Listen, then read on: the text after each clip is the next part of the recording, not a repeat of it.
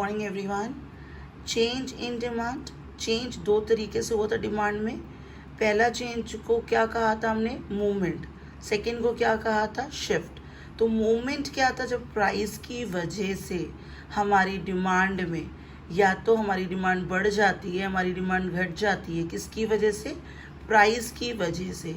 जब प्राइस की वजह से डिमांड चेंज होती है, या तो बढ़ती है या तो घटती है, तो उसको हम लोगों ने मूवमेंट नाम दिया था, movement in demand curve, right. वो या एक्सपेंशन था या फिर कॉन्ट्रैक्शन था। लेकिन यहाँ पे as per the chapter price determination में हमारा जो प्राइस मैकेनिज्म है, उसमें हम लोग जो चेंज इन डिमांड पढ़ेंगे वो क्या पढ़ेंगे, शिफ्ट इन डिमांड। तो शिफ्ट इन डिमांड कब हुआ था, अदर देन प्राइस, प्राइस नहीं, प्राइस के अलावा जो और फैक्टर थे हमारे डिमांड के ऊपर असर डाल रहे थे, जैसे हमारा टेस्ट एंड प्रेफरेंस, इनकम हमारी, या फिर पॉपुलेशन का चेंज होना, या मैनी मोर। लेकिन प्राइस को छोड़ करके, प्राइस के अलावा जब हमारी डिमांड में अदर फैक्टर की वजह से चेंज आता है, तो उसको हम लोग क्या कह रहे थे लास्ट चैप्टर में, shift in demand curve, right.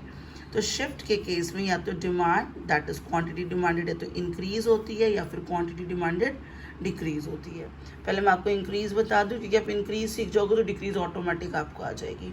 What do you mean with increase in quantity demanded, कहते हैं प्राइस के अलावा अदर फैक्टर की वजह से जब हमारी क्वांटिटी डिमांडेड बढ़ जाती है, this will known as increase in demand, right. Increase in demand due to change other factor other than price कह रहा है। अदर फैक्टर में चेंज आया हो, लेकिन अदर देन प्राइस, प्राइस के अलावा जब अदर फैक्टर की वजह से क्वांटिटी डिमांडेड में चेंज आता है, इंक्रीज होती है, तो दैट इज उसको इंक्रीज कहते हैं, ना कि एक्सपेंशन।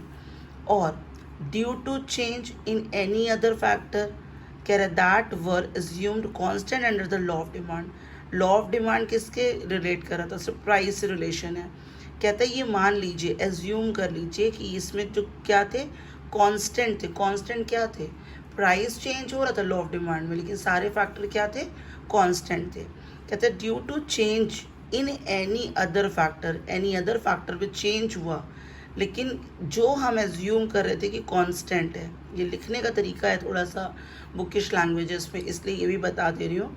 कहते हैं due to change in any of the factor that were assumed constant under the law of demand. Law of demand में हमने जिन फैक्टर को एज्यूम कर लिया था कि वो कांस्टेंट है, उन्हीं के चेंज होने की वजह से हमारे जो अदर फैक्टर के चेंज होने की वजह से जो क्वांटिटी डिमांडेड में चेंज आता है, इंक्रीमेंट आता है, उसको हम इंक्रीज इन डिमांड कहते हैं, ठीक है।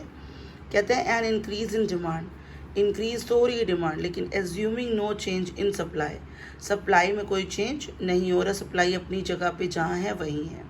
ये क्या करेगा, leads to what, rightward shift. Keep in mind increase in demand will shift, कहाँ चला जाएगा डिमांड का, राइटवर्ड शिफ्ट हो जाएगा डिमांड का। डी से कहाँ चला जाएगा, DD1। फॉर एग्जाम्पल ये कर्व है, ये देखिए, ये वाई एक्सेस और ये एक्स एक्सेस, राइट।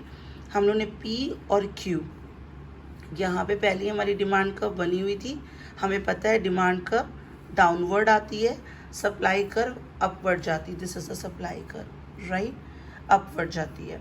ये दोनों एक दूसरे को इंटरसेक्ट कर रही हैं, तो इसको हम लोगों ने क्या बोल दिया, equilibrium price, right.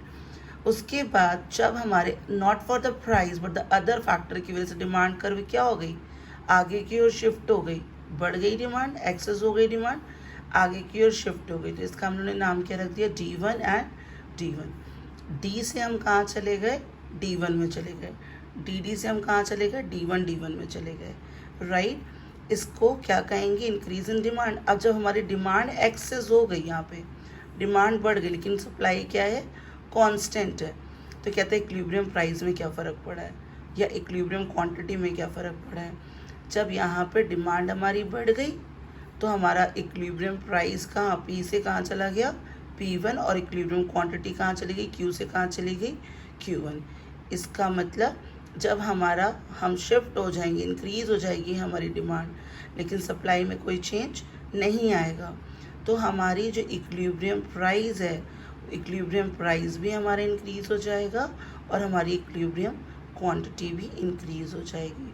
All right, thank you.